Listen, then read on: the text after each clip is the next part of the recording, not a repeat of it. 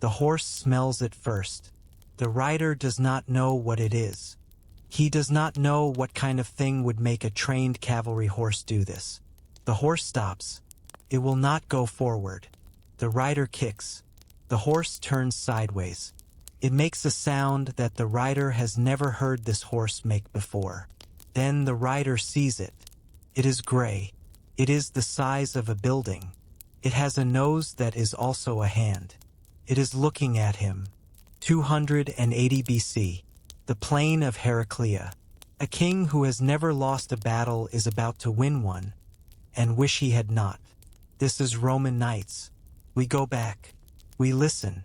We stay a while. 2 years earlier, in a theater by the sea, a small insult that called a king across the water. 1. The insult in the theater. Tarentum is 400 years old, and it knows it. The city sits on the heel of Italy where the Ionian Sea comes in from the east. It was founded by Spartans, which the city has not forgotten and does not let others forget. It has a harbor that handles more cargo than any other port on the lower peninsula. It has temples and theaters and philosophers. It has the particular confidence of a place that has been wealthy long enough to mistake wealth for wisdom. What Tarentum does not have is an army. This is a choice, not a failure. A city that trades does not need to fight. A city that can buy what it needs does not need to build it. Tarentum has spent 400 years hiring its defense when defense was needed, and it has worked.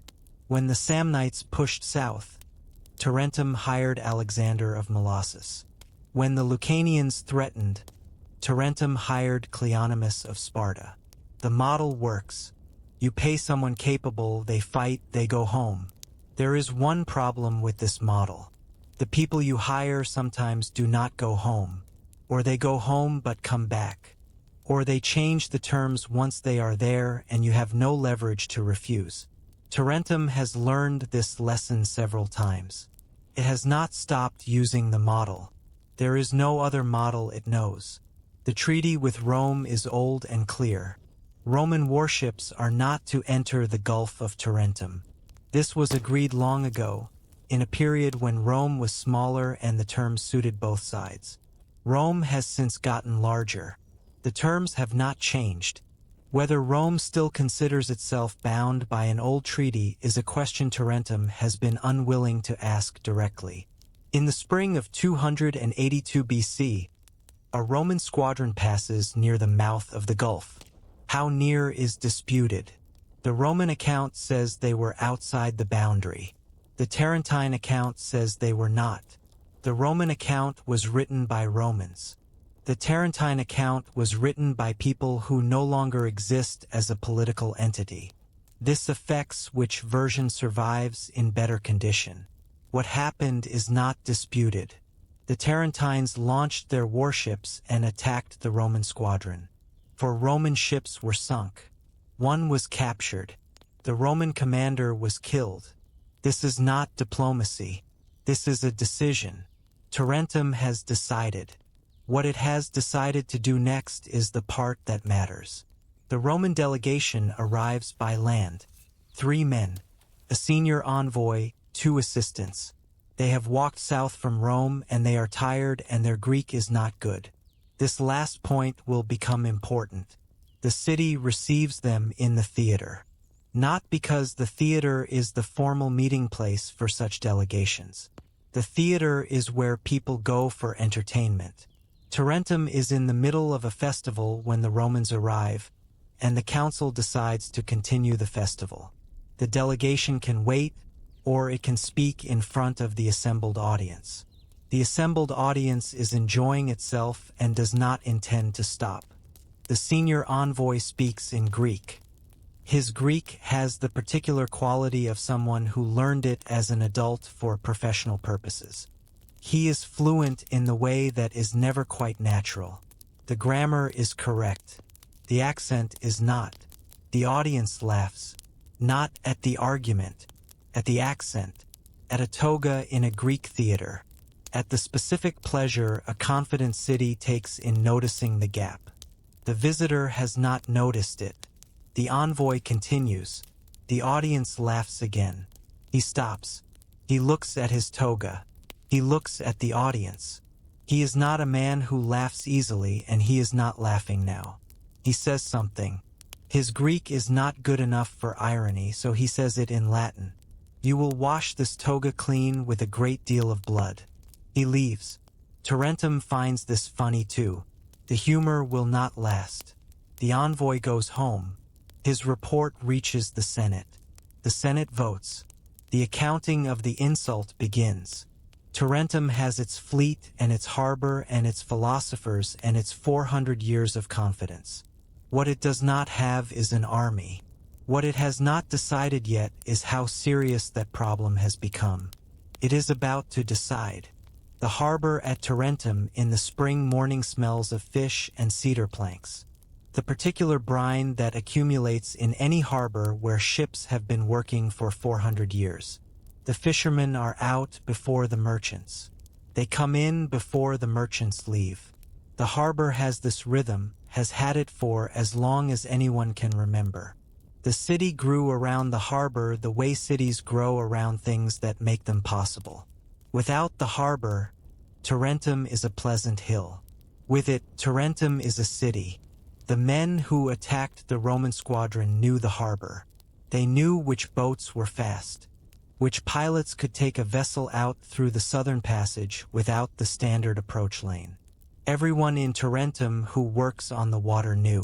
The Roman ships had been visible for 2 days before the attack, moving parallel to the coast, close enough to the mouth of the Gulf. Arguments could be made about whether they violated the old treaty. Tarentum made the argument. Then Tarentum acted on it. This is not the behavior of a city that is afraid of Rome. It is the behavior of a city that does not yet believe Rome will come for it directly. For 100 years of making this calculation, and it has always been right before. The calculation. Rome has things to do elsewhere. Tarentum is far south. The navy can protect the harbor. Something can be negotiated. The calculation is wrong this time. Tarentum does not know this yet. The Roman envoy whose Greek was not good enough for the theater was a man named Postumius. He has been in the south before on previous diplomatic assignments. He speaks serviceable Greek, which is what the record says and which is what he would say himself. He was not prepared for a theater full of people. Nothing to do that afternoon but laugh at foreign accents. He walked out of the theater and down the long steps to the harbor road. He did not stop until the harbor smells replaced the theater smells. He stood there for a few minutes. He is not a man who loses his composure. He has been in rooms with hostile audiences before. He has delivered unfavorable news to powerful men and watched their faces. He has done all the things an experienced envoy does.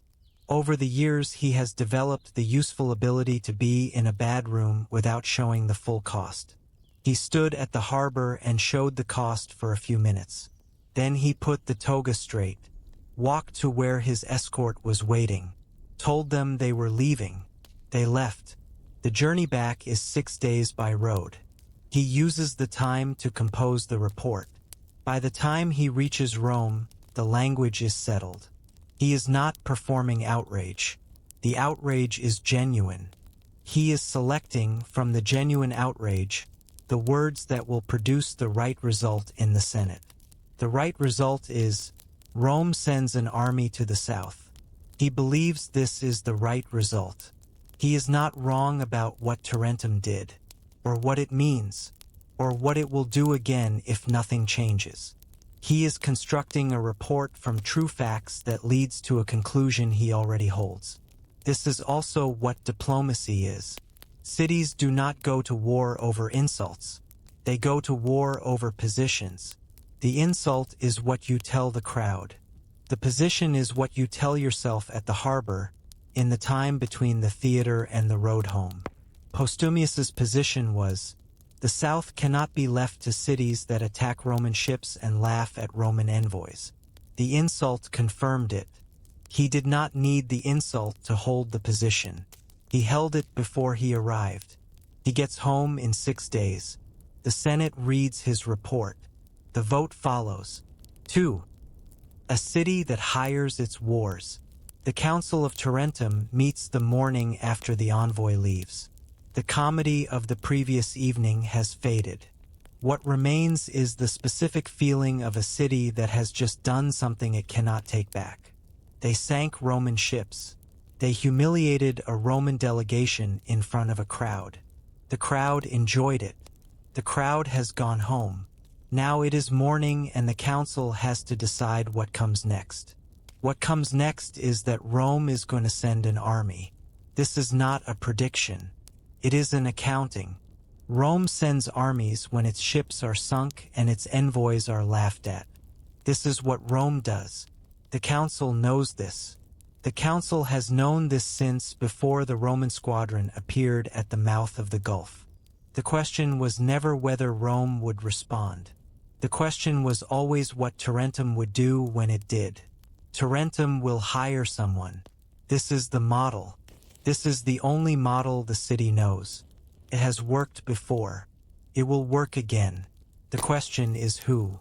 The name that comes up first is Pyrrhus. He is the king of Epirus. His kingdom sits on the western coast of Greece, across the narrow sea from the heel of Italy.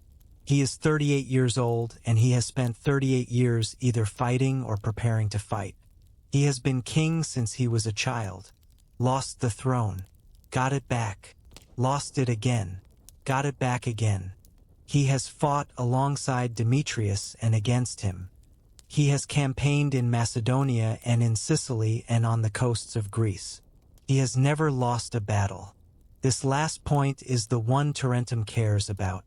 He commands a Greek professional army. Heavy infantry in the Macedonian style. Long pikes, tight formation, almost impossible to break from the front. Thessalian cavalry, the best horse soldiers in the Greek world. War elephants brought back from the eastern campaigns after Alexander. He has used all of these things, and he has used them well, and no one has beaten him. He is also, in the judgment of the generals who have faced him, the most naturally gifted commander alive. He does not just execute plans. He reads a battlefield the way a musician reads a score. He sees the thing that is about to happen before it happens. He places his forces where they need to be. This gift cannot be taught. He has it. Most men who command armies for a lifetime never develop it. Tarentum sends him an offer. He accepts within the month.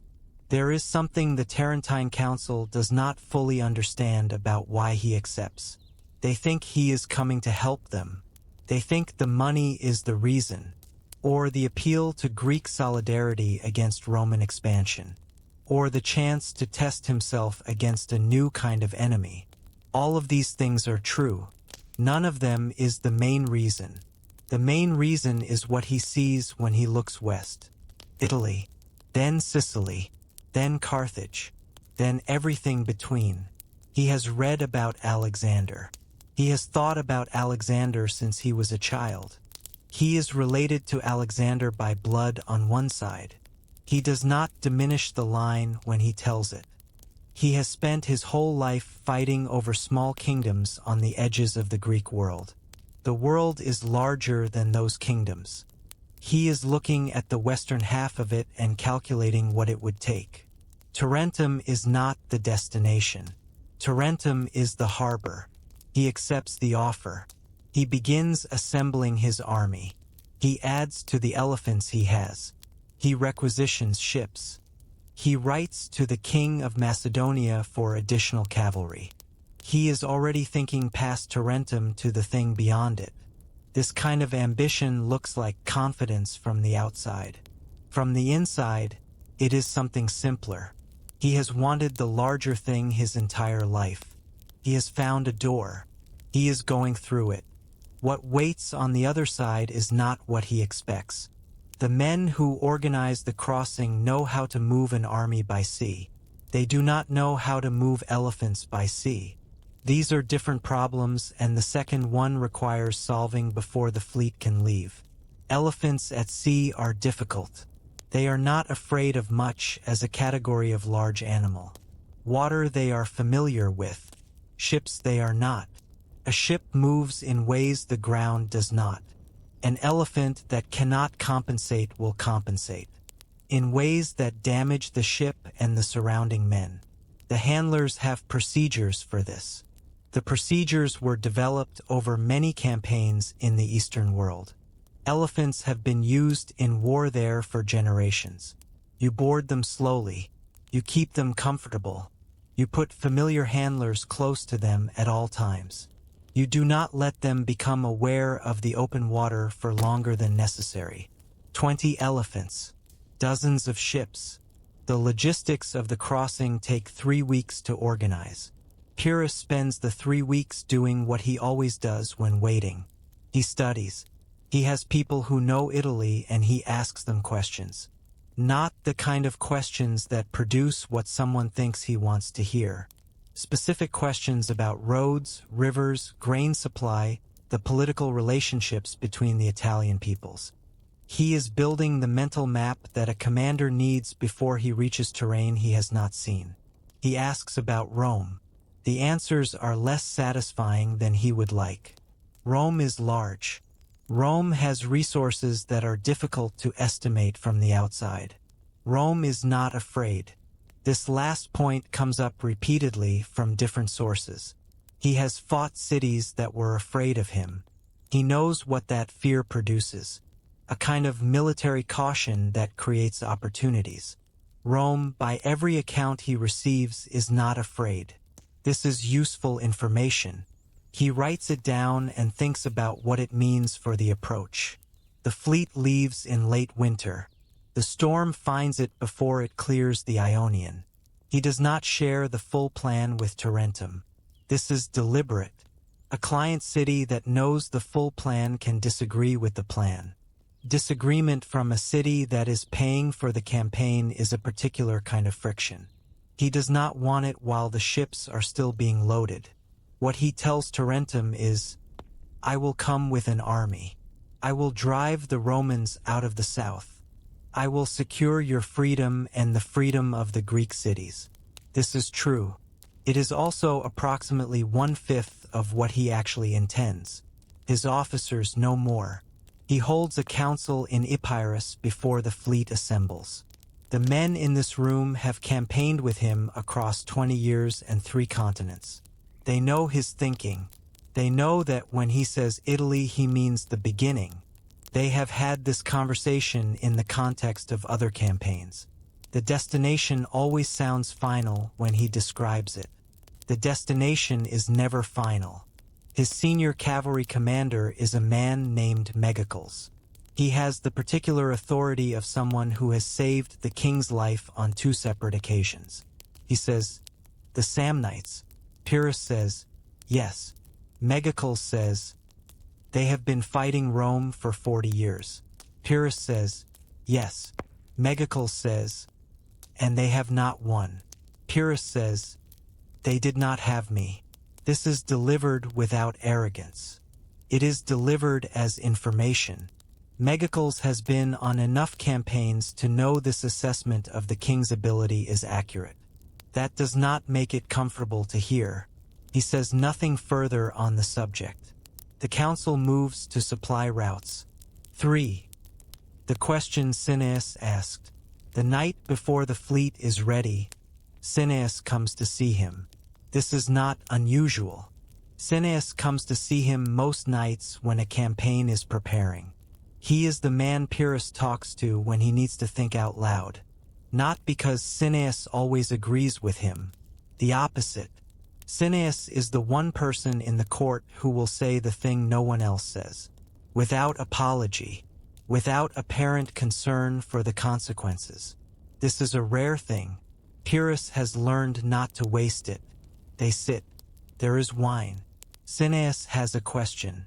He says, "Before we go, I want to ask you something." Pyrrhus says, "Ask." Cineas says, "What do you want from Italy?" Pyrrhus says, "A base of operations. The Italian peoples as allies." a position from which the Western world becomes available. Cineas says, and then what? Pyrrhus says, Sicily. Agathocles left it ungoverned. There are factions fighting. A capable force could reunite it. Cineas says, and then what? Pyrrhus says, Africa. Carthage is rich. Carthage is poorly governed. It has enemies on 3 sides who would welcome a fourth pressure from an organized force. He is warming to this. He has thought about it. He has thought about it since he was a boy, since he read about Alexander and understood that the Eastern world was only half the world. Cineas says, and then what? Pyrrhus says, then we rest. Then we have everything we need for a quiet and prosperous peace. Cineas is quiet for a moment. Then he says, why not rest now? The question sits in the room. Pyrrhus looks at him. He is not angry. Cineas is the only person he knows who can ask this kind of question without producing anger. The question is absurd. It is also not obviously wrong. That is the part that makes him sit with it rather than dismiss it. He says, because the world is not yet in a condition that allows for quiet. There are enemies. There are competitors. A man who rests when enemies exist is a man who wakes to find his rest has been taken. Cineas says, the enemies you name are not today's enemies. Today's enemies are at Tarentum's harbor and on the road from Rome. The enemies in Sicily and Africa are theoretical. You will fight the theoretical enemies after defeating the actual ones. Each victory will produce new theoretical enemies. At what point does the circle close? Pyrrhus says, when we have enough. Cineas says, how much is enough? Pyrrhus does not have an answer for this. He has a feeling. The feeling is that he will know enough when he reaches it. He has always operated this way. The destination becomes clear as you approach it. He says, I will know it when I see it. Cineas nods. He drinks his wine. He does not say anything else about it. What Cineas understood, and what he did not say, is this.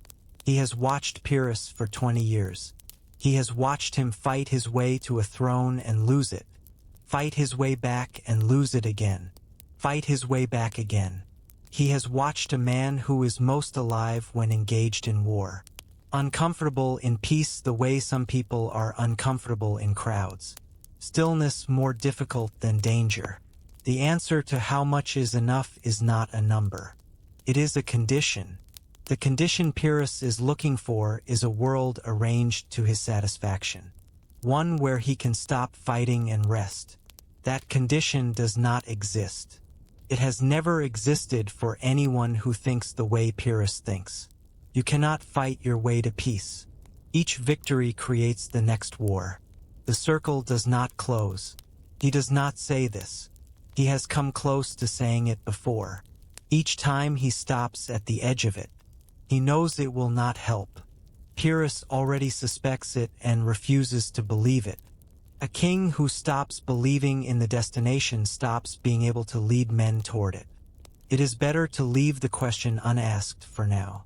He finishes his wine. He says good night. He goes to his room and begins preparing for the crossing. The question follows Pyrrhus across the water. He does not think about it on the storm. He is too busy not drowning. He does not think about it in the harbor at Tarentum, watching the animals come off the ships. He does not think about it when he closes the theaters and puts the Tarentines on training fields. He thinks about it the night before Heraclea. He is in his tent, alone with the maps. The maps show the Cirrus River and the Roman camp on the far side and the terrain between. He has studied the maps until he knows them as well as maps can be known, which is not as well as the ground itself. He puts the maps down. He thinks, Italy, then Sicily, then Africa, then rest. He thinks, why not rest now? He thinks about it for a moment. He puts it away. He picks up the maps. He has work to do. Putting a question away and picking up a map means the question is still there. It does not go away because you stop looking at it. It waits in the place where you put things that have no useful answer.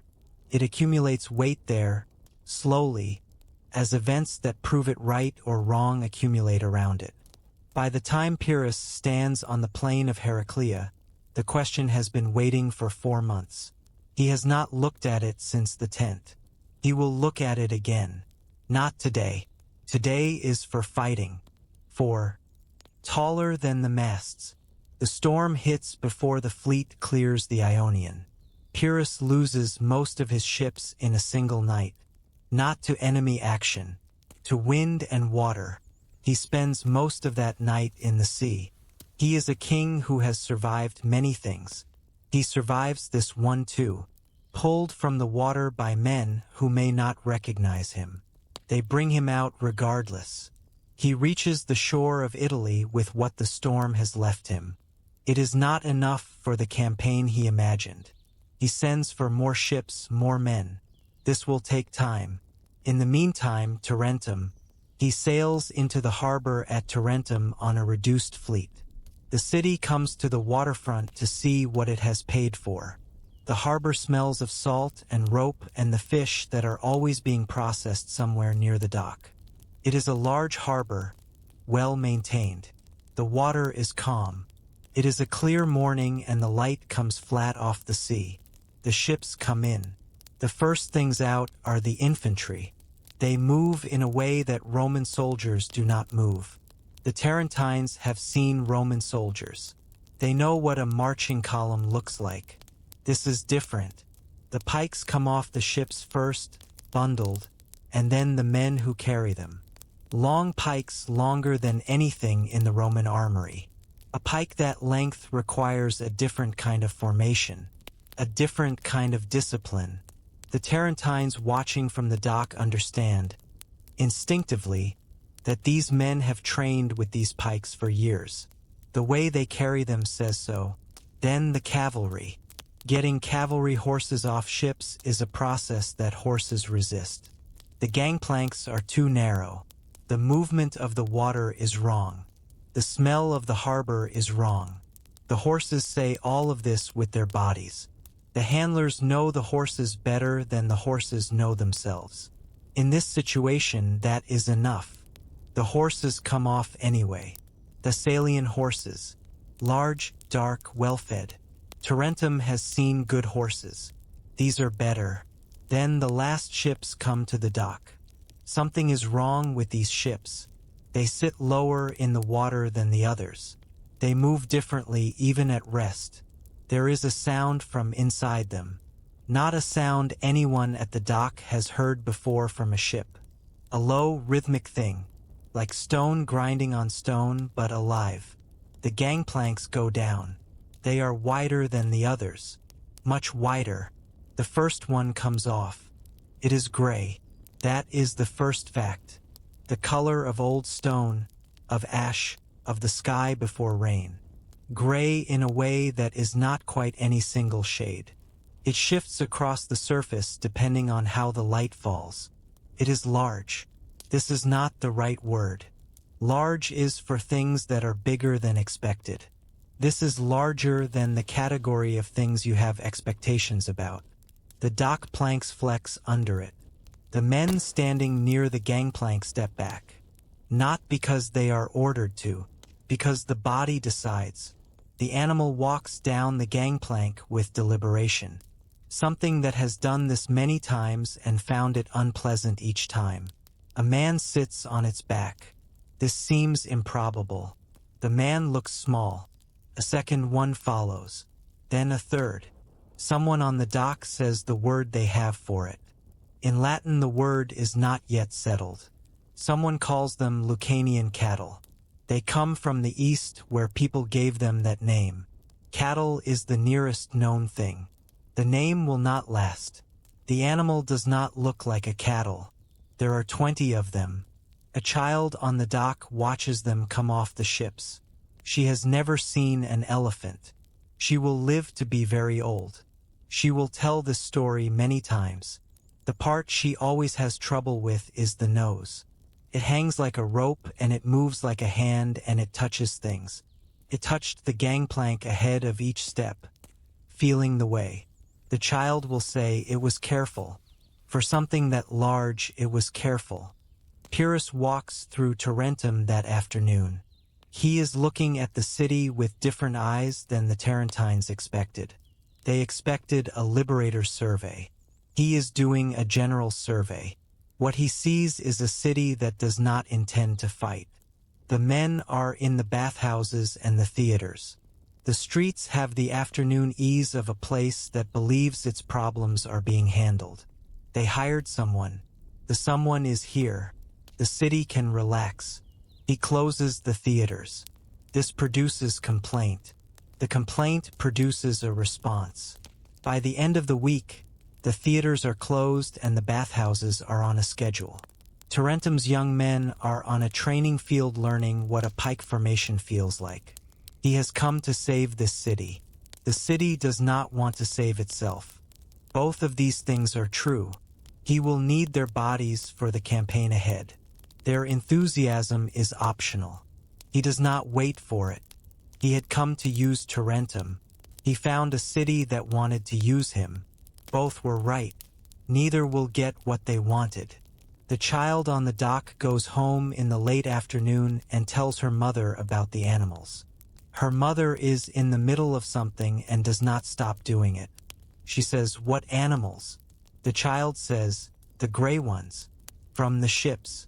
Her mother stops doing what she was doing. She says, "How big?" The child holds her arms apart as far as they will go. She says, "Bigger, much bigger." Her mother goes to the door and looks down the street toward the harbor. From here you can see the top of the nearest mast. Below the mast is the ship. Below the ship somewhere are the animals the child described. She looks for a moment. She goes back inside. She calls her husband. She tells him, "The king who came from across the sea brought something with him from the east. You should go and see it before they move it to the camp." He goes. He comes back a long time later. He does not say anything for a while.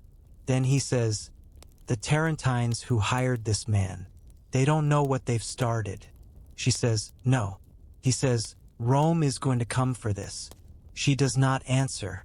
She is already thinking about the grain in the lower room, how much there is, how long it would last, whether the family farm to the north is far enough from the road, whether a moving army would stop at it. This is how wars arrive in cities, not as declarations, as arithmetic.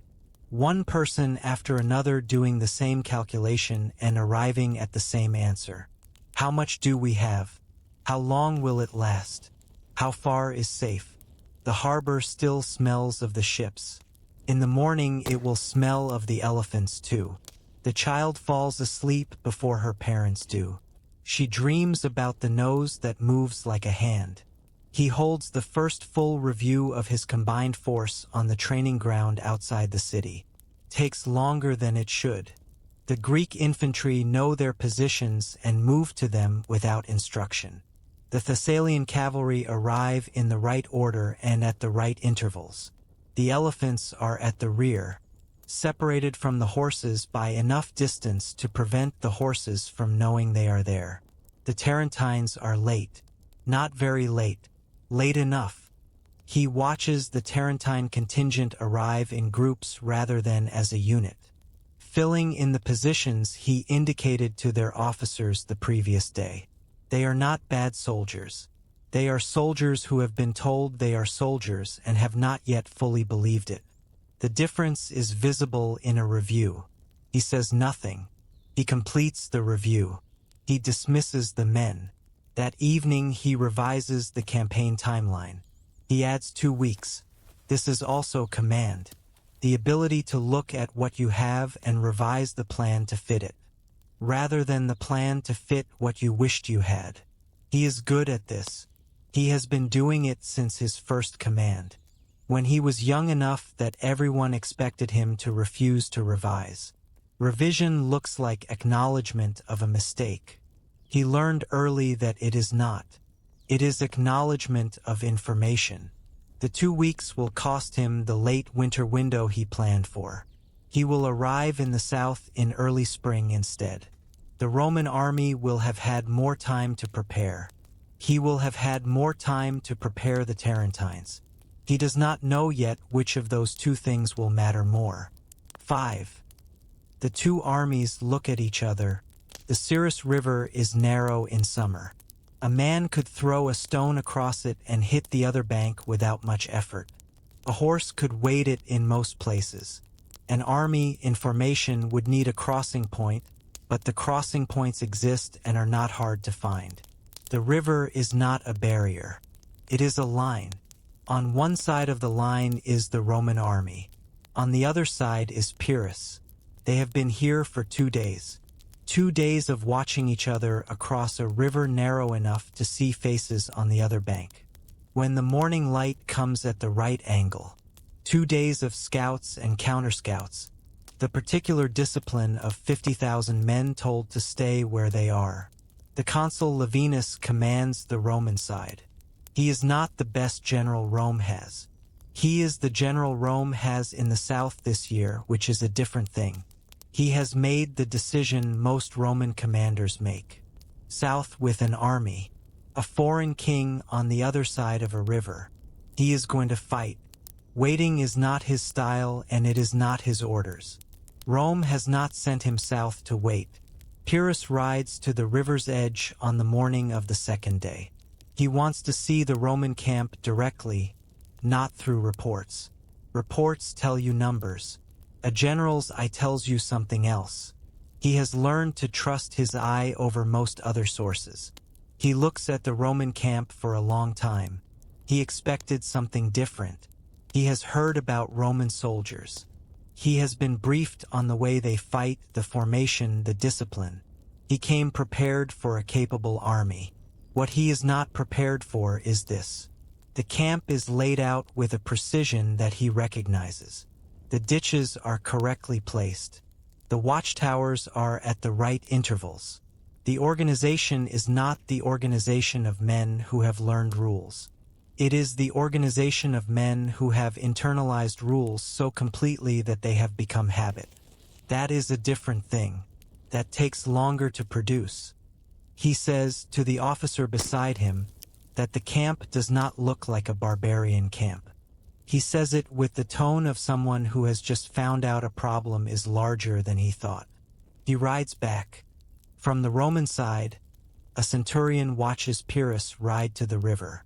He does not know that is Pyrrhus. He knows it is an officer on a good horse. Looking at the Roman camp the way a man looks at something he is deciding how to approach. He watches back. This is also a form of intelligence. Then the centurion's attention shifts. Behind the Greek officer, behind the camp, there are things, large things. The centurion has heard about them. He does not know what to call them.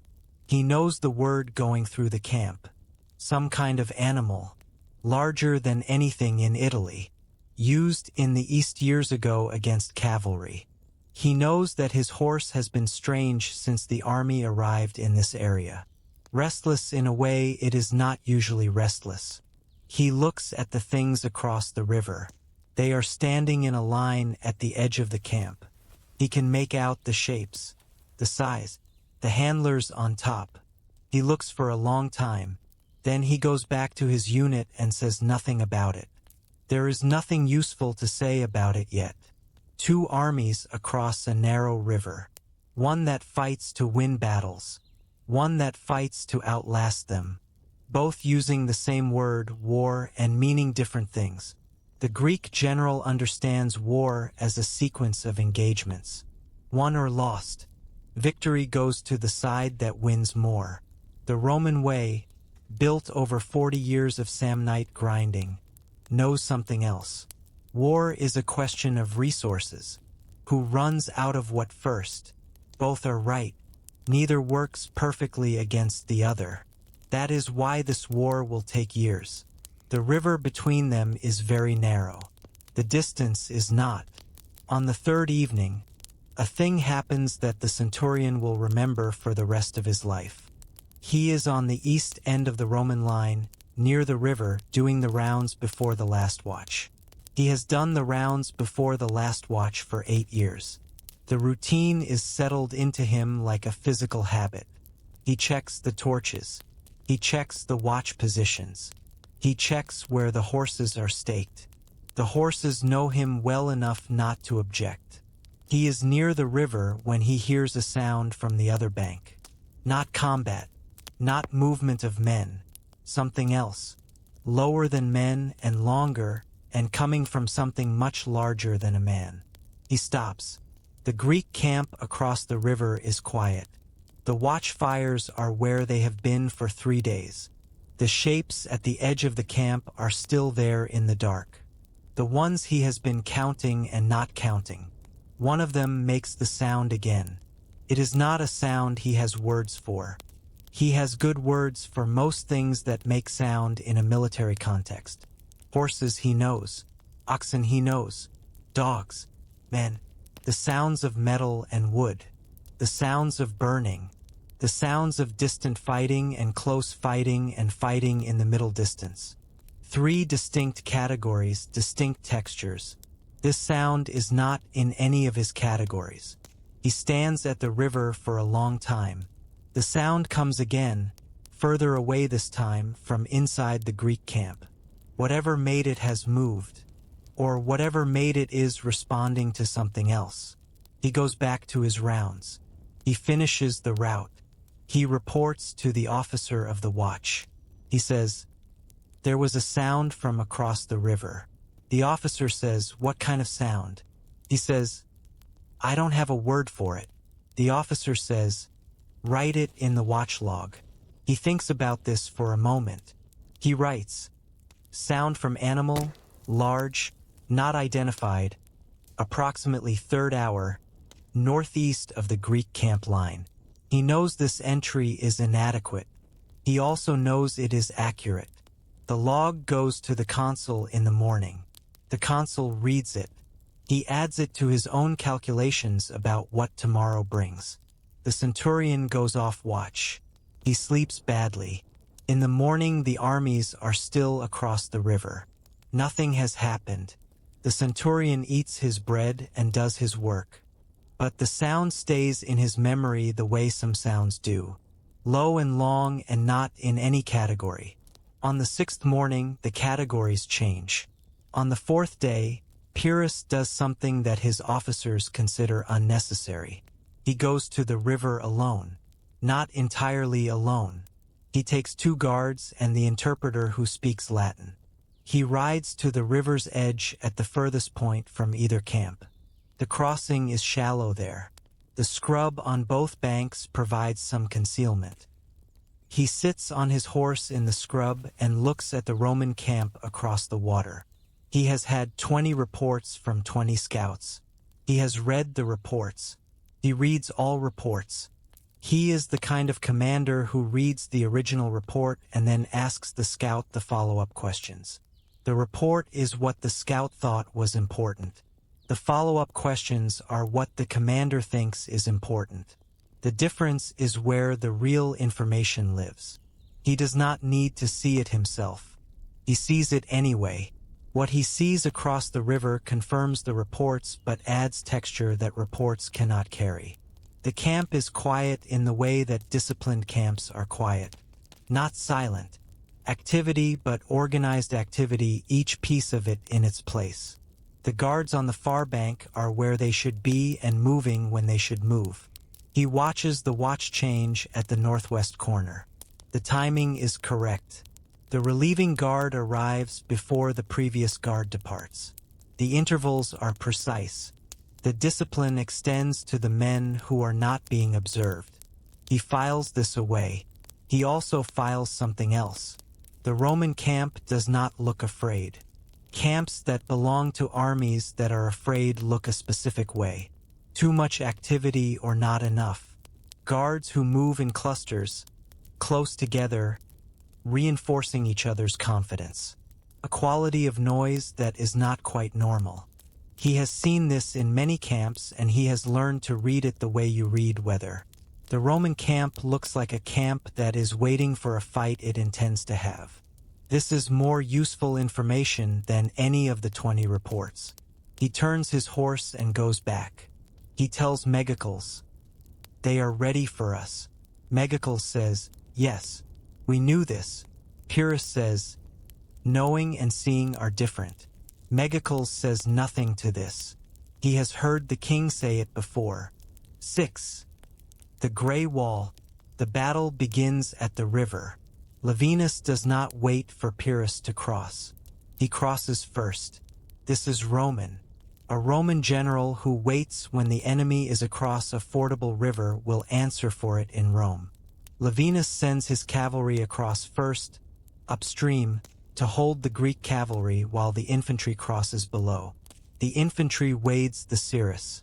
Midstream, the current is cold and the footing is wrong, and a formation cannot maintain its shape crossing moving water. The men know this. They cross anyway. The first ranks reach the far bank and dress the line. The river is still full of the men behind them. This takes discipline. The men have it. They were trained by the same system that built the manipular formation and burned samnite grain for 20 years. The Roman line forms on the far bank. Across the field, the Greek phalanx waits. Here is what a phalanx feels like from the front. A wall of wood and bronze and the points of pikes that are 18 feet long. The pikes extend past the front rank. The second rank's pikes extend past the first. The third ranks past the second. A Roman soldier approaching a phalanx faces 5 rows of pike points. Before he reaches a man, he can fight directly. There is no gap in this kind of wall. The manipular system finds and exploits gaps. Here there are no gaps. The Roman line hits the phalanx. The sound is the sound of very large things meeting very hard. Wood and bronze and the grunt of men who are pushing and being pushed. The push. They push. The phalanx gives a step. The Roman line advances a step. The phalanx stiffens and pushes back. The Roman line gives a step. This goes on. 7 times. The sources say 7 times the line moved back and forth. 7 times the Roman line pushed the phalanx back. 7 times the phalanx pushed back. 7 times. On the 7th, Pyrrhus himself rides into the front. He has been doing this for 20 years. He rides to the place where the line needs to hold. He is not a general who stays back. He is the kind of general who is also a weapon, and he uses himself that way. The men near him see him and hold. The line hardens. On the Roman side, Lavinus sees his cavalry is losing on the flanks. He makes the decision most Roman commanders make when the flanks begin to go. He commits his reserve. It is working. The Roman reserve hits the Greek right flank at the moment when the phalanx center is already fully committed forward. The Greek right bends. The phalanx begins to turn to face the new pressure. A phalanx turning is not the same thing as a phalanx advancing. It is slower. It has weak moments. This is the moment Rome has almost won. Then Pyrrhus releases the elephants. They come from behind the Greek right where they have been standing in the dust and the noise. Pull back. From up here the battlefield is a long smear across the plain beside the river. The Roman lines, the Greek lines, the gap between them where the dead are. The cirrus silver and indifferent behind it all. The hills bare and brown in the summer heat. No shade anywhere on this plain. The sun straight overhead. On the right side of the field, something that is not a formation. 20 gray shapes moving. Not fast. Faster than you expect something that size to move. Coming toward the left side of the Roman line. From this height, not one of them has a name. Down again. Back into the dust. Back into the noise. The horses smell it before they see it. The horses have not been afraid of very much in their lives. They are cavalry horses. They have been trained not to be afraid. The training works against swords and spears and fire and other horses. It does not work against this. The smell arrives before the shape does. The smell is not in any category the horse brain has for known things. The horses stop. Then the horses go sideways. Then the horses go backward. Riders who have sat on these animals in 3 campaigns find themselves on animals that have forgotten all of it. The cavalry charges. The pike lines. The river crossings. Gone. The training is gone. The body of the horse has overridden everything the training built. The cavalry line on the Roman left dissolves. Not from wounds. Not from Greek cavalry breaking through. From the bodies of horses that will not go forward. The riders who manage to stay mounted are managing animals, not fighting. The riders who do not stay mounted are on the ground in front of what is coming. The first elephant reaches the Roman infantry line. No one tells you about the sound. The sound of that much weight moving that fast on dry ground. It is not the thunder sound. It is closer. It is below the feet before it is in the ears. A centurion in the second rank feels it in his boot soles before he understands what it is. Then he sees it. He has heard about them. Reading is not the same as seeing. He knows that. He has always known that. He did not know how large the gap between reading and seeing would be. He pulls his javelin back. He throws it. It hits. The animal does not slow down. He reaches for his gladius. The gladius is for fighting men. Men stop when you cut them. Men have places where the gladius goes in and does not come back out and the man falls. The animal in front of him does not have those places in the same positions. He knows this only in the moment when the knowledge is most useless. He goes down. The line goes with him. The Roman formation does not rout. It retreats. These are different things. A rout is a formation that has stopped being a formation. The Roman line backs away from the elephants in order. It backs across the field at 1 in 7 pushes. It backs to the river. It crosses the river in worse order than it crossed going forward, but in order. Pyrrhus holds the field. He does not pursue. Megacles is among the dead. He was wearing the king's armor when he fell. For a few minutes, both armies believed Pyrrhus had been killed. Pyrrhus rode along his line without his helmet to show otherwise. The line held. Megacles did not. The river is between him and the retreating Romans. His cavalry is managing horses still unsettled by the elephants. His phalanx has been pushed back 7 times. It is not in a condition to chase anyone. He holds the field. He counts his dead. The Roman army reaches the far bank. The centurion who threw the javelin is alive.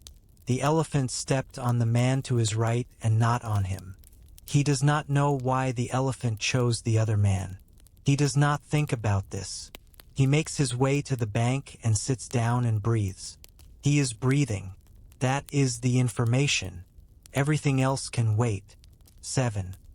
He marched to within sight of Rome. After the battle, Pyrrhus does something that surprises everyone except Pyrrhus. He marches north. He has won. He has the field. The Roman army has crossed back over the river and is retreating in the direction of the city.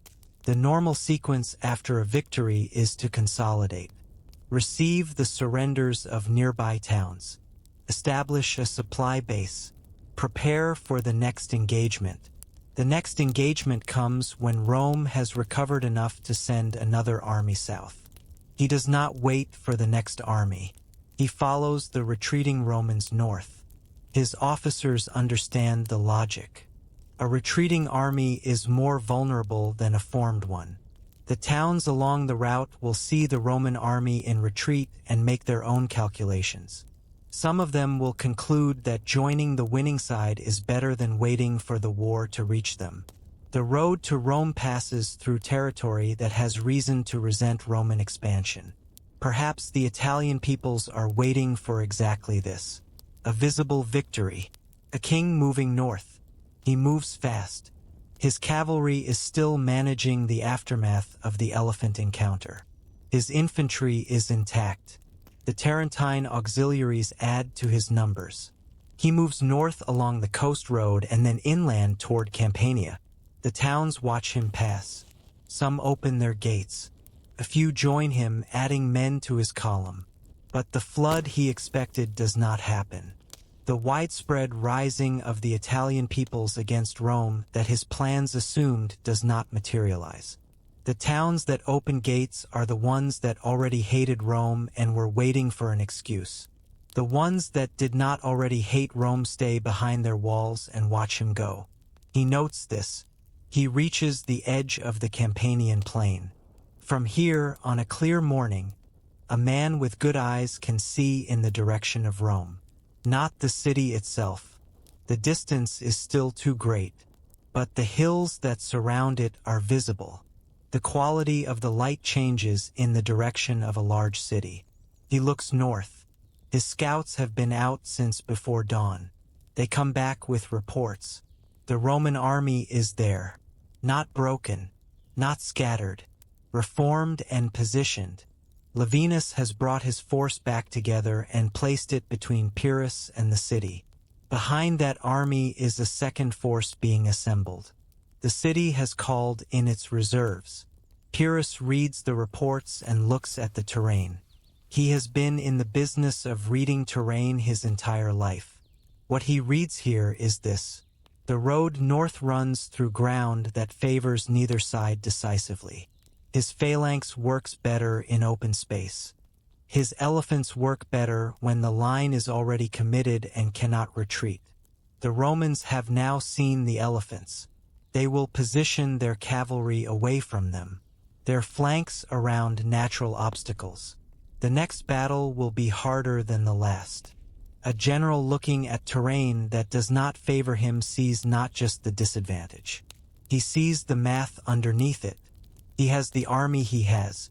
The army he has is smaller than it was before Heraclea.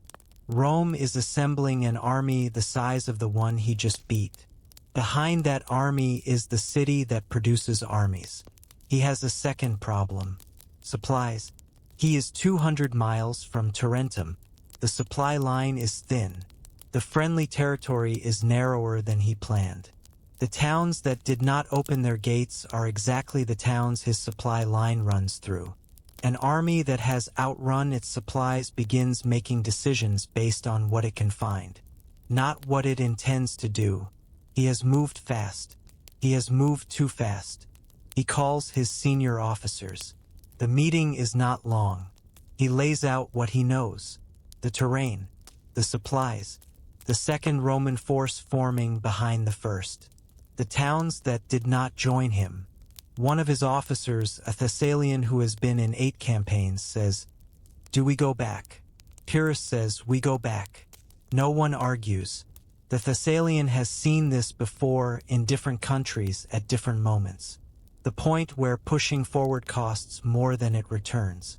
The king who reaches this point and reverses is a king who still has an army. The king who does not reverse finds out what reversal feels like when there is no choice left. They reverse. The march back south is different from the march north. The way all retreats differ from advances, even the ones made in order at the commander's order. The ground is the same. The road is the same. The men's faces are different. They have been here before, and it looked different when they were going the other direction. What this cost Pyrrhus is measured in information, not pride. He now knows something he did not know after Heraclea. He knew Rome would send another army. He did not know the countryside would not join him. He did not know the towns would watch him pass and close their gates. He did not know that a victory at the river was not the same as a victory over Rome's will. He thought he came to fight an army. He has arrived at the beginning of understanding that he has come to fight a city. He sends a rider ahead to Tarentum to prepare for his return. He sends another rider north, past the Roman line, with a message.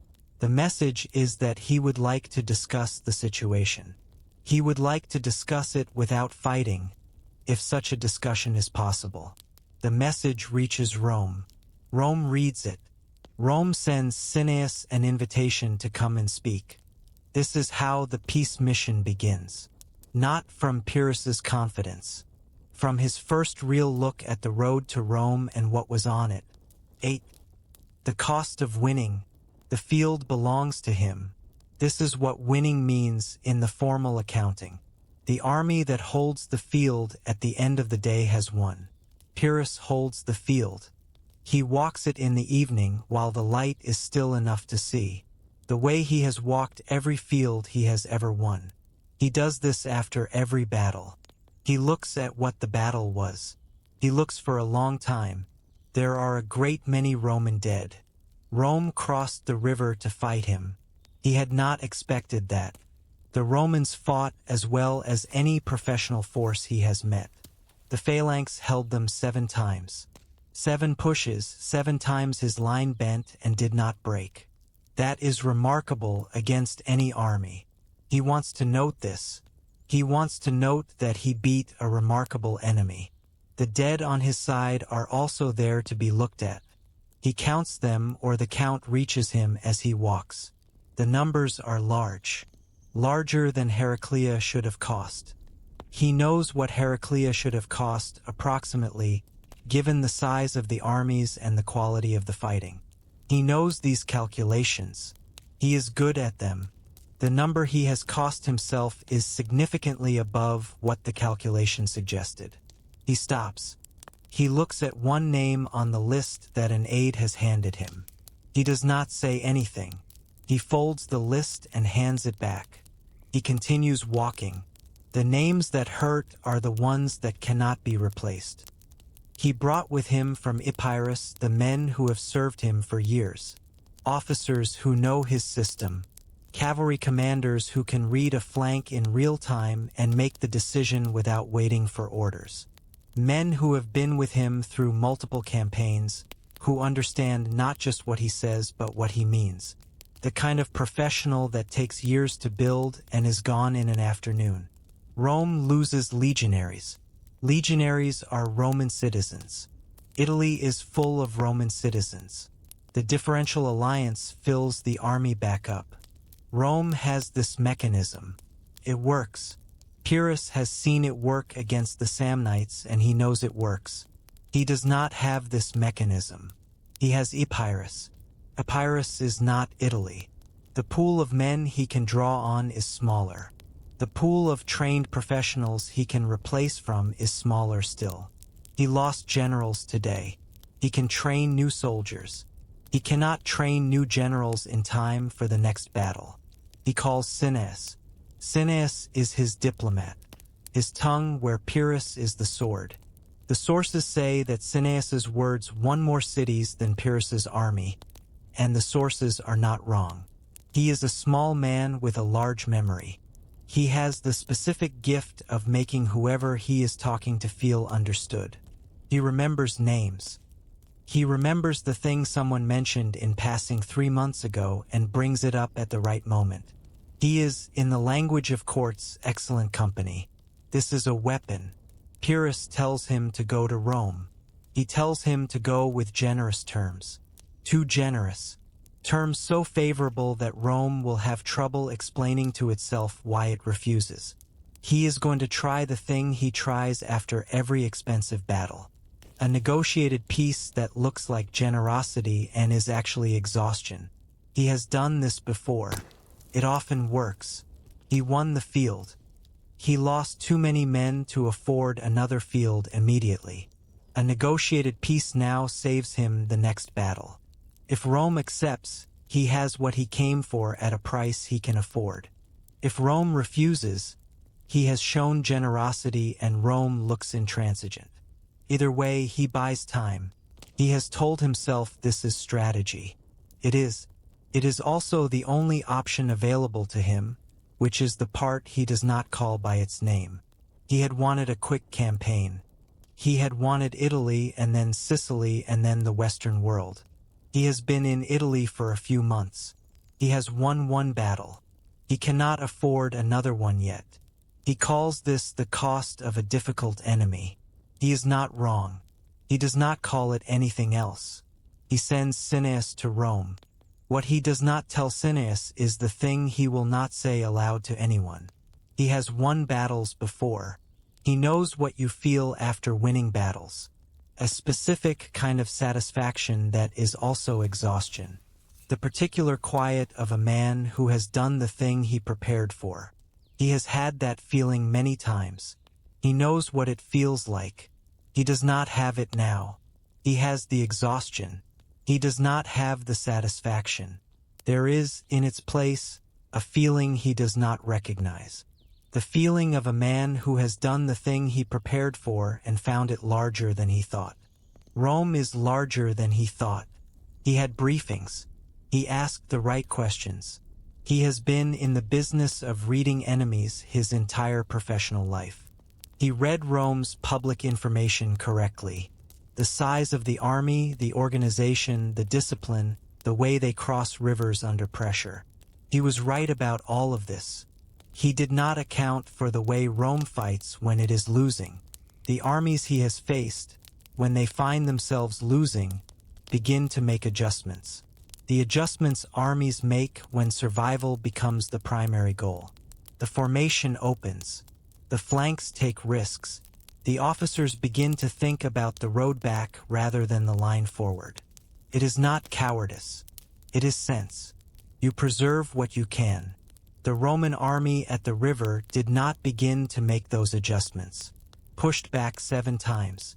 Losing cavalry to panicking horses. The gray wall moving toward them. They did not look for the road back until it was the only option. They took it in order. A retreating army that stays in order is a problem of a specific kind. It is an army that will be back. He sits in his tent that night and thinks about what he is actually fighting. It is not 7,000 Roman soldiers on the far bank of the Cineas.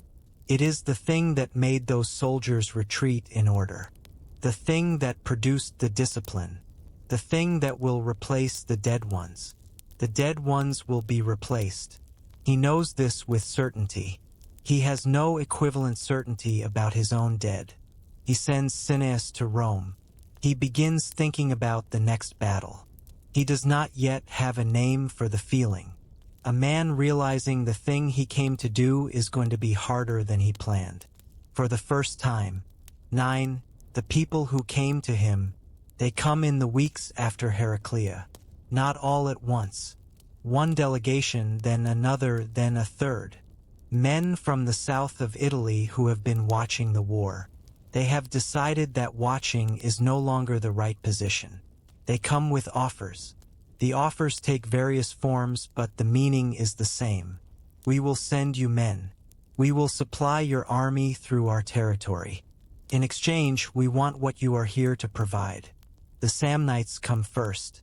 This is appropriate. The Samnites have been fighting Rome for 40 years. They have been the most persistent, the most capable, and the most consistently unfortunate of Rome's Italian opponents. They have a specific list of grievances. They want the land Rome took. They want the treaties Rome imposed to be voided. They want, in the language one of their delegates uses, to be left alone. They send Pyrrhus several thousand infantry, experienced fighters, men who have spent years in the Samnite hills doing what Fabius did to them, surviving in difficult terrain against a better supplied enemy. They are tired. They are also capable. By the time all delegations have arrived, Pyrrhus has commitments from the Samnites, the Lucanians, and the Bruttians. Several smaller peoples of the south as well. His army is larger than it was after the storm. In some counts it approaches what it was when he left Epirus. He has replaced his losses and added to them. He has also acquired something he did not ask for. He has acquired their cause. The cause is not the same as his cause. His cause is the Western world. Italy is the beginning of it. The Italian peoples are useful allies. He is willing enough to secure their freedom from Rome as part of the arrangement. Free Italian peoples are better allies than conquered ones. This is practical. He has no particular feeling about Samnite land claims. The Samnites have a very particular feeling about Samnite land claims. He sits with the Samnite delegate in his camp and listens to the list. The land, the treaties, the men who went under the yoke at Caudine Forks. Not these men, their fathers, their grandfathers, but the yoke is still in the collective memory, still on the list. The delegate speaks for a long time. Pyrrhus listens and asks the right questions and says the right things. When the delegate is gone, he sits alone. He has been brought into a war that is much older than his campaign. The Samnites have been fighting Rome since before he was born. What they want from him is not just a victory. They want a resolution.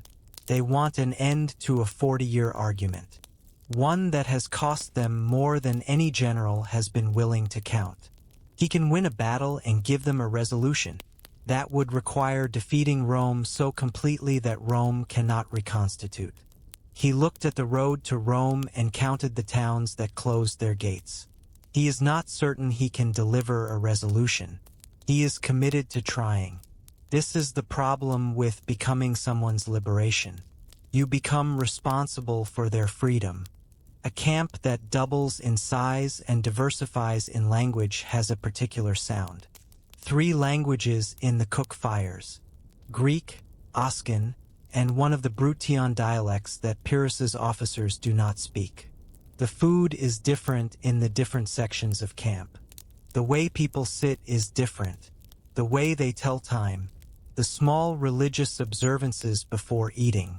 The names they call the stars when navigation comes up. His army is no longer a Greek army in Italy. It is a coalition. It has coalition strengths. Numbers, local knowledge, the motivation of men fighting for their own soil. It has coalition weaknesses. Coordination, trust, the constant negotiation required when the parties have different goals. He has managed coalitions before. He knows what is required. You find the shared goal and you make it visible enough that the separate goals stay in second position. The shared goal here is Rome. That is large enough. He will use it. He walks the camp in the evening. He greets the Samnite officers by the titles they prefer. He asks the Lucanian commander about the road south, which the man knows better than any of Pyrrhus's own scouts. He stops at a cook fire where 3 Bruttian soldiers are sitting. He does not speak their language. He finds a man who does and has a brief conversation through him. He learns the names of the 3 soldiers. He will not use these names again. He uses them tonight. This is also what command is. The names, the fires, the walk through the camp at the hour when men notice whether the general is there. He goes back to his tent. He writes the letters that need to be written. He reviews the supply situation. The supply situation is better than it was. The Italian people's territory provides what a Greek supply line from Tarentum cannot easily provide. This is the practical advantage of the coalition, the one that matters most in the month ahead. He seals the last letter. He goes to sleep. Tomorrow the coalition has to learn to march together. That is the first problem. There are 17 other problems behind it. 10. Cineas goes to Rome. Cineas arrives in Rome by the main road from the south. He comes without armor, without escort beyond the formal number, without the visible display of a conqueror's representative. He has the quality of a man who does not need display. Display would only announce uncertainty about what he already has. He is certain. He walks into Rome the way a man walks into a room he has been in before. He has not. He has been briefed on Rome thoroughly. He has read what there is to read. He has talked to merchants who trade in both directions. He knows the Senate's procedures, the census structures, the names of the current senior men and their relationships to each other. He has this information the way a musician has a score, memorized, internalized. ready to use. What he has not been prepared for is the city itself. First sight does a particular thing to a prepared traveler. You read about a place. You build a picture. The picture is accurate in its facts and wrong in its scale. The hills are steeper than the descriptions. The streets are narrower and noisier. The smells are not in any account he has read. The number of people moving in every direction at once is not a fact that a number conveys. You have to stand in it. He stands in it for a moment. Then he continues to the curia. His terms are generous. Too generous to be accidental. A peace. The Greek cities of southern Italy to retain their freedom. Prisoners returned without ransom. The Samnites and other Italian peoples who fought alongside Pyrrhus to receive no punishment. In exchange, Roman forces to stay north of a line. The line he proposes is not favorable to Rome, but the terms overall are not unfavorable. He presents this to the Senate. The Senate listens. The Senate does what the Senate does when something requires extended thought. It debates. It debates for several days. He is not present for most of these debates. He is present for the formal sessions and has been given accommodation appropriate to his status. He uses the time between sessions to do the other part of his work. He visits people. He remembers names. He asks questions that flatter the person being asked. He is interested in the things they care about. Specifically, without performance. A diplomat who fakes interest is eventually obvious. He pays attention. He asks good follow-up questions. He leaves each person feeling that the conversation was worth their time. He also brings gifts. The gifts are correct. Not so large as to be obvious, not so small as to be dismissive. Books, in several cases, which is a gift that works in Rome among men who think of themselves as cultivated. Fine fabric. Small objects that are beautiful and not ostentatious. He has selected them with care. Cineas is good at this kind of work. Being good at it does not make it easy. Each conversation requires the same quality of attention. It cannot be switched off or approximated. By the end of the first week, he is tired, in a way that has nothing to do with physical fatigue. He is also making progress. The Senate is moving, not unanimously and not quickly, but moving. The faction that wants peace is larger than it was before he arrived. The faction that wants to continue the war is smaller. He can feel this in the conversations, in what the men say and what they do not say. He has done this before, in Epirus, in Macedonia, in the Eastern kingdoms. He knows the feeling when a room is moving toward a decision. The room is moving. He sends a message to Pyrrhus. The situation is favorable. Give it a few more days. A few more days. Then something happens that he did not predict. He has not been told about a man who has not spoken in years and is about to speak. There is a senator he meets on the third day whose name stays with him. The man is in his 50s. He has the face of someone who has been in the sun a great deal. The hands of someone who has worked with them. In Rome, this is not uncommon even among the political class. The oldest Roman families still have the farmer in them. It is a point of pride. He invites Cineas to dinner. Cineas goes. He goes to every dinner he is invited to in Rome, because dinners are where the real conversations happen. The formal sessions are for the record. The dinners are for the thinking that precedes what goes on the record. This dinner is small. The senator, his wife, two other couples, a younger man who turns out to be a nephew of someone important. The food is simple by the standards of the Eastern courts Cineas knows. Very good, but without display. No performance of abundance. This is also a Rome thing he has noticed.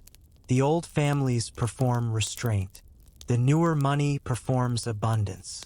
The old families notice and find it useful for judging. The conversation is careful on both sides for the first hour. Then the wine reaches a certain level and the conversation becomes less careful, which is also what Cineas planned for. He asks a question that opens something. Not about the terms. About the war itself. About what the senator thinks the war is for. The senator says something that Cineas will write in the full report.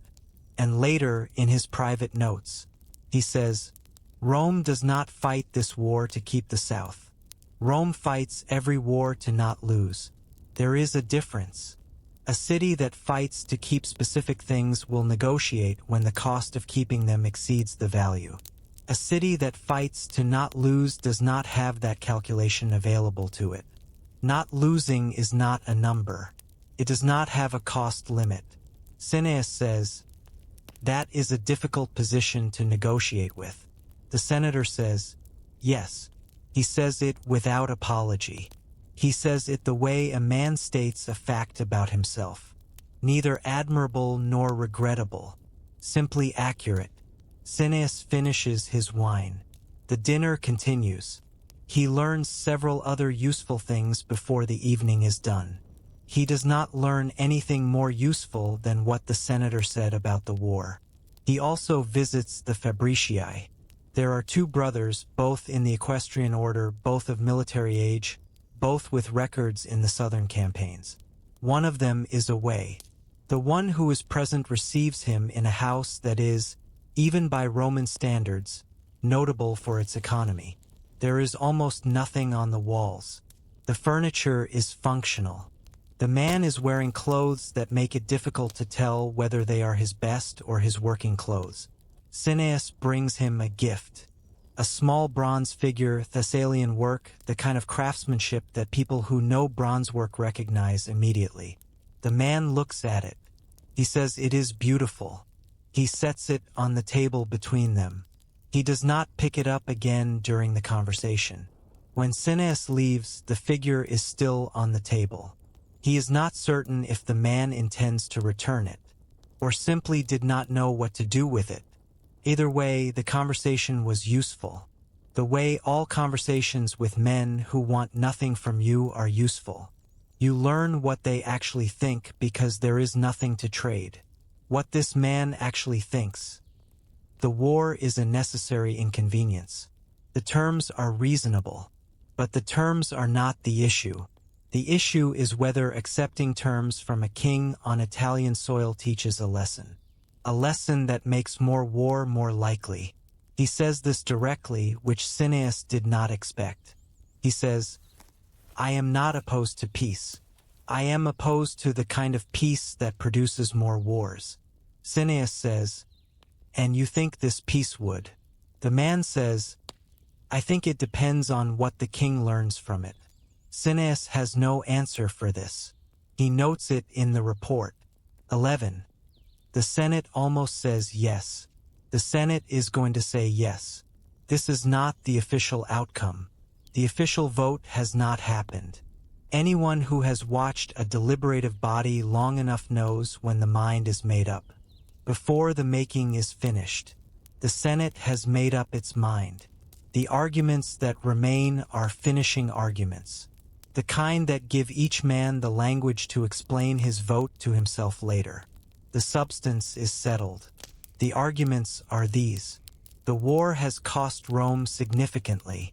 The campaign in the south has drawn men and resources from other requirements. The treasury has other demands.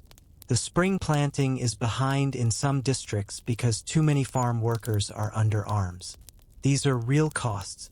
Men who have counted them are not wrong to count them. The terms Cineas has offered are not shameful.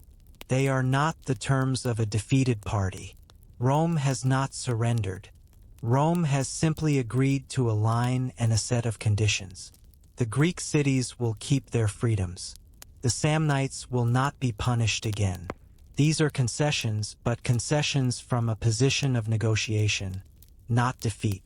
The king across the water is the best general alive. He has elephants. He has just demonstrated what the elephants do to Roman cavalry. The next battle, if there is a next battle, will be more expensive than the last. All of this is true. The Senate has heard all of it. The Senate is agreeing with it slowly, in the way that groups agree with things they have not quite admitted they have decided. Cineas is good at his job. Outside the Curia, in a street that smells of food stalls and donkey, a young senator leaves a meeting. He has been persuaded of something he was not sure about before he arrived.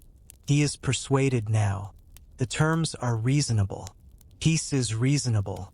He has a farm in Latium, a wife who writes letters that do not say directly that she wants him home, but say it in ways that are clear enough. He is thinking about the farm when he passes a house he recognizes. It is a large house, older than most on this street, set back slightly from the road. He knows whose house it is. Everyone in Rome knows whose house it is. Even now, after the man inside has been silent for years. The man inside it built a road. The road that comes from the south, the one Cineas walked into the city on. The man inside it built that road. The man inside it is blind. He has been blind for years. The young senator stops. He is not sure why he stops. He looks at the house for a moment. He thinks, that man has not been heard from in a long time. He thinks that man built the road. He thinks, I wonder if he has been told. He goes back inside the Curia and tells someone. An incidental observation moves through a room and becomes something else. The young senator does not know what he has started. He has not started anything, from his perspective. He has simply mentioned something. He will go home tonight and write to his wife. The vote should come soon. The terms seem workable. He may be home before harvest after all. He will be wrong about that. The news reaches the house on the old street before midday. The man inside is very old. He cannot see. He has not been to the Curia in years. The Curia requires him to navigate stairs he can no longer see. A room full of men whose faces he can no longer read. He has concluded. A man who cannot see faces has no business where faces do the main work. He has been right about this. He has been living in a kind of dignified retirement. His sons visit. His grandchildren visit. He gives opinions when asked. The asking has become less frequent. The world has moved on to newer disputes. He is from an earlier one. Some of what he says sounds like a man who does not know the world has changed. But the road has not changed. It still runs south. And men still walk on it, including men who come from foreign kings with foreign terms for Roman peace. His son tells him. He listens. He does not say anything for a moment. Then he calls for a litter. The litter is brought. He is helped into it. His sons, knowing the expression on their father's face, do not ask where he is going. They prepare to carry him. They have not seen this face for several years. It is not a face that asks questions. It is a face that has already decided. In the Senate, the debate continues without him. The senator who mentioned the old man's name is not certain he did the right thing. He is thinking about this now, watching his colleagues make speeches about the terms, and he is not certain. The terms are reasonable. He has said this to 3 people this morning. He still thinks it. He also thinks the man in the litter had a point. You cannot negotiate from a position that looks like desperation. The current position, with a Greek army in the south and elephants in the field, looks like desperation. He is not sure which instinct to trust. He has been in the Senate for 11 years. He has seen both kinds of decisions. The ones made from fear that looked like reason. The ones made from reason that looked like courage. He has voted for both kinds because in the moment both kinds feel necessary. It is only afterward, watching the results, that you can sometimes tell which was which. He watches the old man's litter at the back of the room. The old man is sitting very still. The sons are nearby. The old man's face does not show what he is thinking. Either he has already said what he came to say and is waiting for the room to catch up, or he is listening to the debate and finding it insufficient. or he has gone to sleep. The senator thinks this last one is also possible at his age. Then the old man opens his mouth, and the room changes. Everyone in the room will remember being present for it. The young senator will remember it for the rest of his life. He will tell his grandchildren about the day the blind man came to the Senate, the thing he said, the vote that followed, whether it was the reasonable thing or the courageous thing or the cowardly thing. He will never be sure. He votes with the majority when the vote comes. He writes to his wife that evening. He says, "It will be a while longer. Something happened today. I will tell you about it when I get home." 12. The blind man at the door. The door of the Curia opens. The Senate has been in session for 2 hours. The debate is winding down in the way debates wind down when the outcome is already settled. Voices are fewer. Repetition is high. The men who have not yet spoken have nothing to add, which means they have decided, which means the deciding is done. Then the door opens. 2 young men enter first. They carry a litter between them. Behind the litter, 2 more. The litter is not elaborate. The man in it is very old. His eyes are open, but they are not looking at anything in the room. He is helped out of the litter by his sons. He stands. The room is quiet. Appius Claudius Caecus has not been here in years. Most of the men in this room have never seen him in person. They know the road. Everyone in Italy knows the road.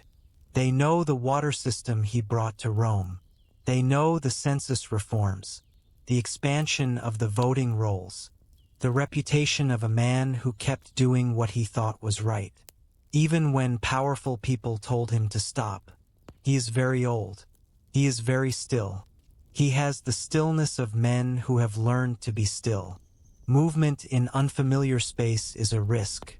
He waits for someone to guide him to a seat. He is guided to a seat. He sits. He does not move for a moment. Then he speaks.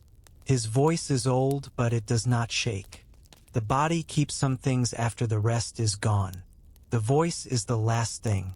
Sits deeper than the sight, deeper than the ease of movement. He has been building sentences for 80 years. The sentences are still there. He says, "I have been blind for many years. This has not pleased me, but I have not been deaf. And now I wish I were deaf too. I wish I could not hear what I am hearing." A Roman Senate considering peace with a foreign king who is standing on Italian soil. He stops. He lets that sit. He says, "Send the king back across the water. Then we will talk." He does not say it loudly. He does not need to. The room is already very quiet. He says, "If the king leaves his army on Italian soil, Rome has forgotten what it is. Send him back first. Then talk. And if Rome has forgotten what it is, he cannot help Rome remember. Only Rome can do that." He stops again. The room does not make any of the sounds that rooms make when someone has finished speaking. The coughing, the movement, the resumption of normal air. Stays quiet. The voice of a man who has not spoken in a long time has a particular quality. He has been waiting until the thing worth saying arrived. The voice is not performing. It is not making an argument in the Senate way, with precedents and citations and the architecture of formal persuasion. It is simply saying the thing as the man sees it. He sees it very clearly. This is what he was doing and what it cost. He has been alive long enough to know this. The Rome he built a road for does not look the way it looks to younger men. He does not know exactly how different his Rome is from theirs. He cannot see their faces to check. He knows he is old. His certainties are from an older time. Older certainties are not always transferable. He also knows what he heard. A foreign king on Italian soil. A Senate considering terms. He knows what that means. Not because he is a prophet. He has been doing politics longer than most of these men have been alive. The pattern is one he has seen in other forms. A city that negotiates from fear is a city that teaches its enemies to create fear. Teach that lesson once and it becomes available forever. He told himself he was not speaking for the past. He was speaking for the future. He was saying the thing that preserved the option. For everyone in this room and their children. To make choices from strength rather than from the shadow of a Greek king's elephants. He believed this completely. It also happened to align with everything he had ever valued, which made it very convenient to believe. He noticed this. He continued anyway. The Senate debates for another hour. The vote does not go to peace. Cineas is told that morning. He had not expected this. He has surprised people in negotiations before. This was the first time a very old man in a litter has done it to him. He sends word to Pyrrhus. He packs his gifts back into their cases. Most of the gifts are still where he left them. Most of the senators, it turns out, did not keep them. He goes back the way he came. Appius Claudius is carried out of the curia. In the street, his sons lower the litter and let him rest for a moment. One of them offers him water. He drinks some. He sits in the litter in the street outside the curia and listens to the city. He can hear it. That is the thing about being blind that no one without it understands. Hearing sharpens.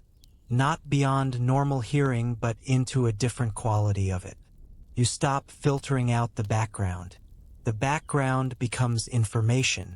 He can hear the street vendors 2 blocks down. The hammer from the smith on the hill. A child somewhere nearby, not in distress, just loud in the way children are loud. He hears the city.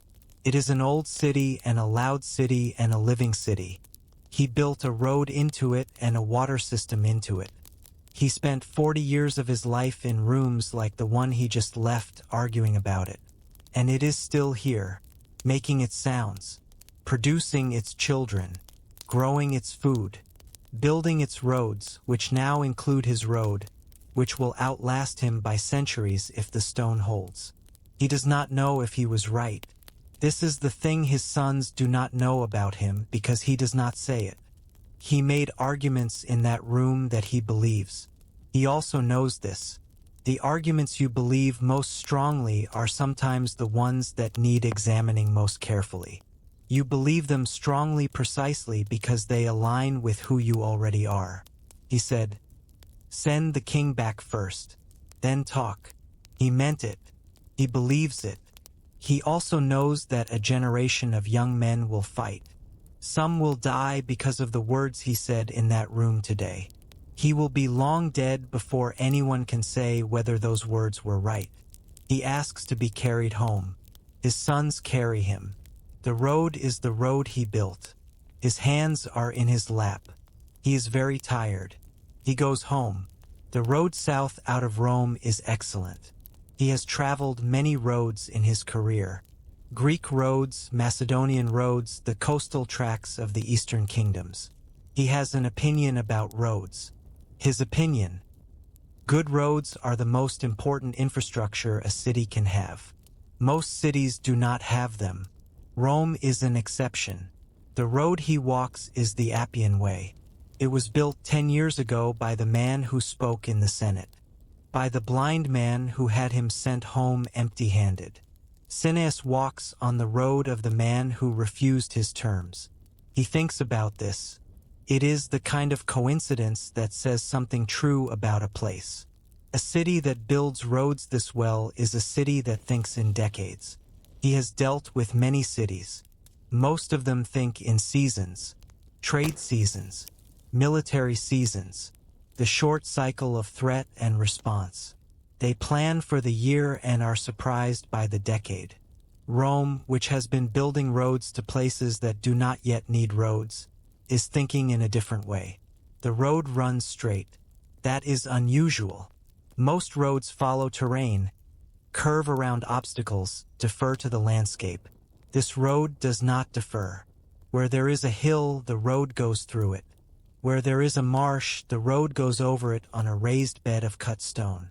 Someone looked at the obstacles between Rome and the south and decided the obstacles would move.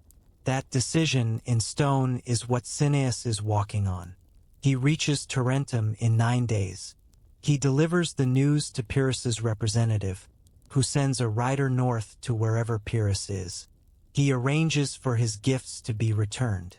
Those that were returned. The ones that were not are written off as the cost of a negotiation that did not succeed. He sits in his rooms in Tarentum and writes his full report by lamplight. It is a long report. It has to be. The full story of a Senate that nearly said yes, then said no, requires context. A summary cannot provide it. In the middle of the report, he pauses and writes a sentence that is not for the report. He writes, "This city is not afraid of us." He looks at it for a moment. He crosses it out. It is accurate, but it is not useful to write it. A diplomat who writes his fears into his reports is a diplomat who has run out of tools. He finishes the report and sends it north. 13.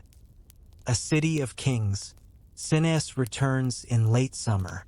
He arrives in the camp without ceremony and goes directly to Pyrrhus. He does not make him wait for the report. Pyrrhus already knows the general shape from the riders. The general shape is not the full shape.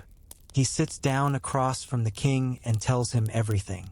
The Senate, the debates, the shift, how close it was, then the door, the litter, the old man. Pyrrhus listens to the whole account without interrupting. When Cineas finishes, Pyrrhus says, "What kind of city is it?" This is not a military question. It is something else. Cineas thinks about it. He says, "Their Senate is a council of kings.